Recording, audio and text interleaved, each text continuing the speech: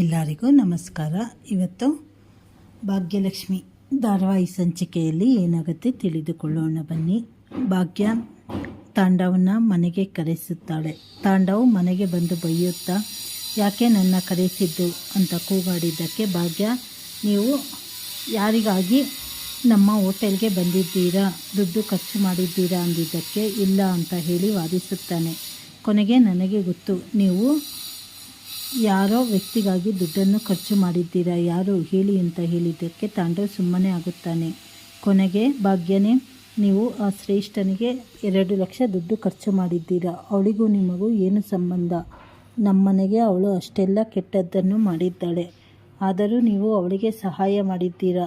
ಇನ್ನು ಮುಂದೆಯಿಂದ ನೀವು ಅವಳಿಗೆ ಯಾವುದೇ ರೀತಿ ಸಹಾಯ ಮಾಡಬಾರದು, ದೂರ ಇರಲೇಬೇಕು ಅಂತ ಹೇಳಿ ಕಂಡೀಷನ್ ಹಾಕುತ್ತಾಳೆ. ಇದರಿಂದ ತಾಂಡವ್ ತುಂಬ ಗಾಬರಿಯಾಗುತ್ತಾನೆ.